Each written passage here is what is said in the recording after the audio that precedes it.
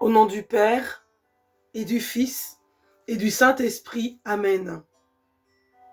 Seigneur, merci pour ce mercredi 1er avril 2026. Merci pour ce mercredi saint. Tu m'as donné la grâce de la vie en ce jour. Tu m'as donné le souffle de la vie en ce jour. Tu m'as donné le réveil matin en ce jour. Je te dis merci. Nous devons nous aimer, frères et sœurs, mutuellement comme il nous a aimés. Lui qui a donné sa vie pour nous, disait saint Augustin. Il nous a aimés le premier, il a donné sa vie pour nous. Ce n'est pas un poisson d'avril. C'est une réalité de vie, c'est une bonne nouvelle. C'est une parole d'espérance. Il a donné sa vie.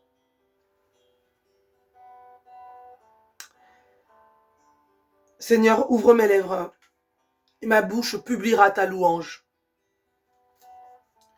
Seigneur, ouvre mes lèvres et ma bouche publiera ta louange. Me voici devant toi, Seigneur.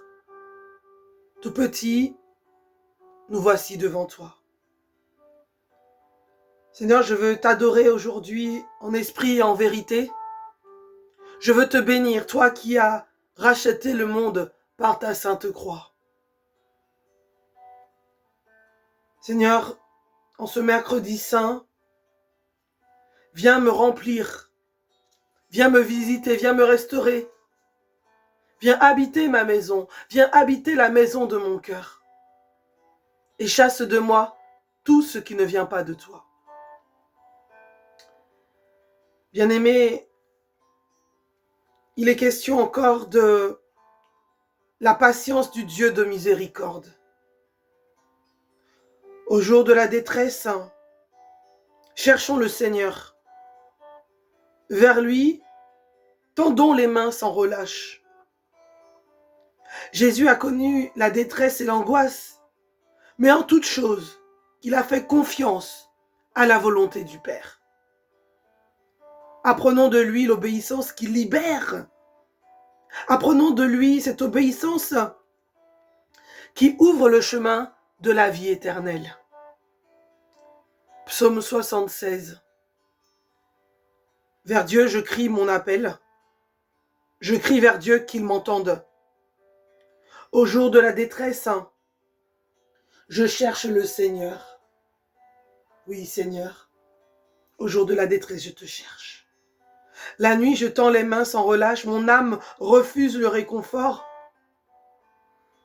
Je me souviens de Dieu, je me plains. Je médite et mon esprit défaille. Tu refuses à mes yeux le sommeil. Je me trouble, incapable de parler. Je pense aux jours d'autrefois, aux années de jadis. La nuit, je me souviens de mon chant. Je médite en mon cœur et mon esprit s'interroge. Le Seigneur ne fera-t-il que rejeter? Ne sera-t-il jamais plus favorable? Son amour a-t-il donc disparu? S'est-elle éteinte d'âge en âge la parole? Dieu oublierait-il d'avoir pitié? Dans sa colère, a-t-il fermé ses entrailles? J'ai dit, une chose me fait mal, la droite du Très-Haut a changé. Je me souviens des exploits du Seigneur, je me rappelle ta merveille de jadis. Je me redis tout est au fait, sur tes exploits je médite. Dieu, la sainteté est ton chemin. Quel Dieu est grand comme Dieu? Tu es le Dieu qui accomplit la merveille, qui fait connaître les peuples ta force. Chez les peuples ta force. Oui, tu es le Dieu qui accomplit la merveille. Tu fais connaître chez les peuples ta force. Ton rachat, ton peuple avec puissance. Les descendants de Jacob et de Joseph. Les eaux en te voyant, Seigneur, les eaux en te voyant tremblèrent. L'abîme lui-même a frémi. Les nuages déversèrent leurs eaux. Les nuées donnèrent de la voix. La foudre frappait de toutes parts. Au roulement de ta voix qui tonnait, tes éclairs illuminèrent le monde. La terre s'agita et frémit. Par la mer passait ton chemin, les sentiers par les eaux profondes, et nul n'en connaît la trace. Tu as conduit comme un troupeau ton peuple, par la main de Moïse et d'Aaron. Gloire au Père, gloire au Fils, gloire au Saint-Esprit, pour les siècles des siècles. Amen. Ce matin, bien-aimés, je m'appuie sur la parole de Dieu, dans un premier temps, Isaïe 55 à 7, qui nous dit ceci. Le Seigneur, mon Dieu, m'a ouvert l'oreille, et moi, je ne me suis pas révolté. Amen. Je ne me suis pas dérobé. J'ai présenté mon dos à ceux qui me frappaient, et mes joues à ceux qui m'arrachaient la barbe.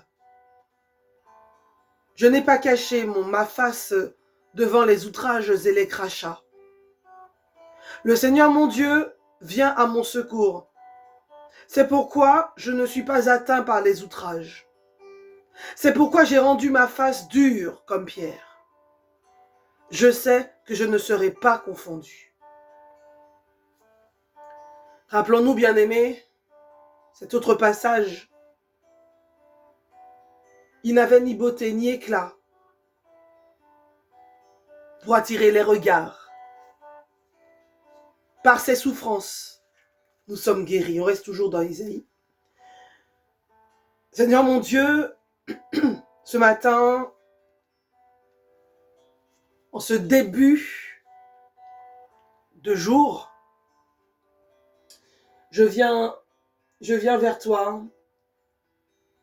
Je viens vers toi les mains ouvertes, les mains offertes.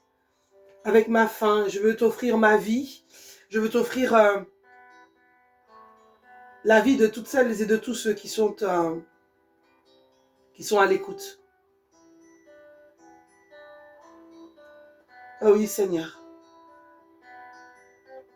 Me voici devant toi. Par tes souffrances, oh Dieu, tu sais, elles ont été si nombreuses, si cruelles, si terribles. Par tes souffrances, ô Éternel, nous sommes guéris. Tu n'as pas cherché à te dérober, mais tu l'as accepté. Tu as accepté la croix pour moi.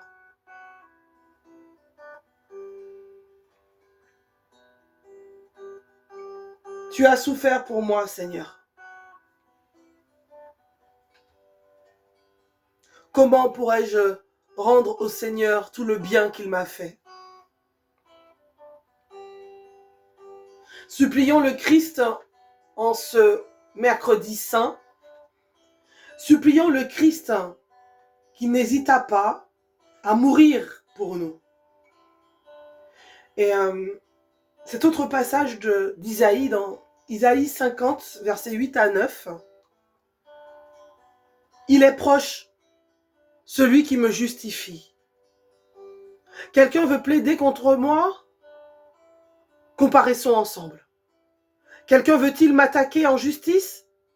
Qu'il s'avance vers moi. Voilà le Seigneur mon Dieu, il prend ma défense. Qui donc me condamnera? Les voici tous qui s'usent comme un vêtement. La teigne les dévorera. Elles sont fortes, ces paroles, hein, vraiment pour le coup.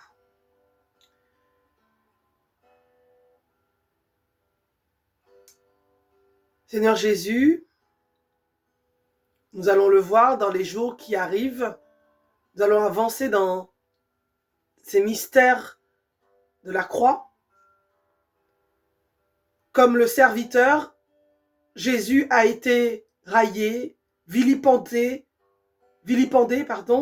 traité de blasphémateur. Mais comme lui, il est sûr de lui.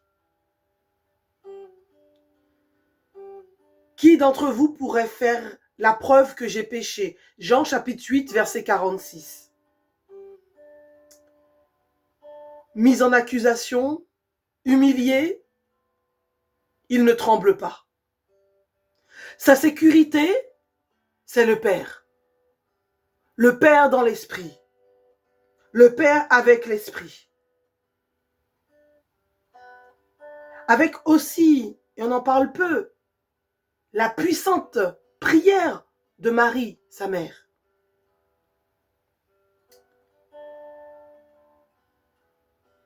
Malgré tout, au-delà de tout, Jésus pose sa sécurité, impose sa sécurité. Et je l'ai dit, sa sécurité, c'est le Père dans l'esprit. Si nous plaçons notre espérance, si nous plaçons notre confiance dans le Christ,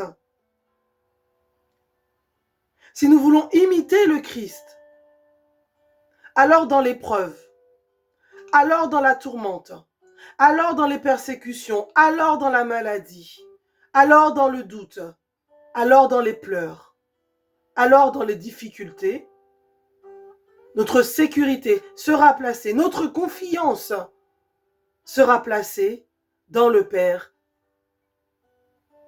dans l'Esprit. Pourquoi? Pourquoi?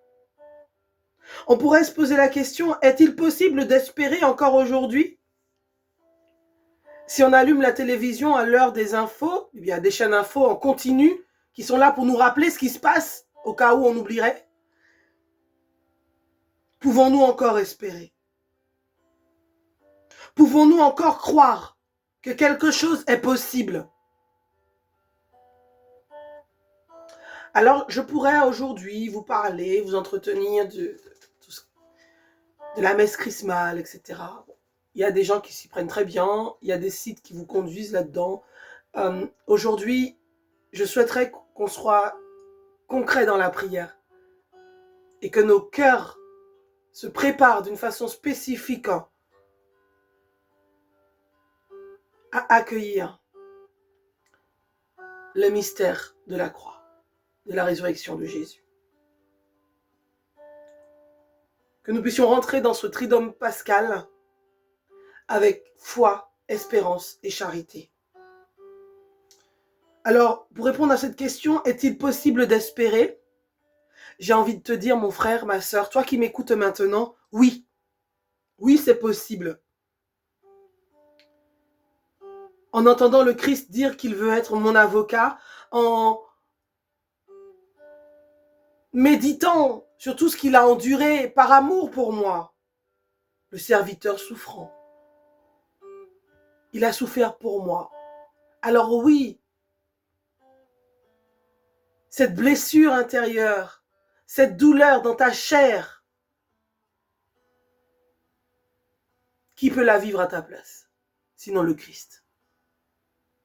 Le Seigneur n'est pas insensible à ta douleur, à ta peine, à ton sentiment d'échec, de solitude, de peur, de doute, de souffrance.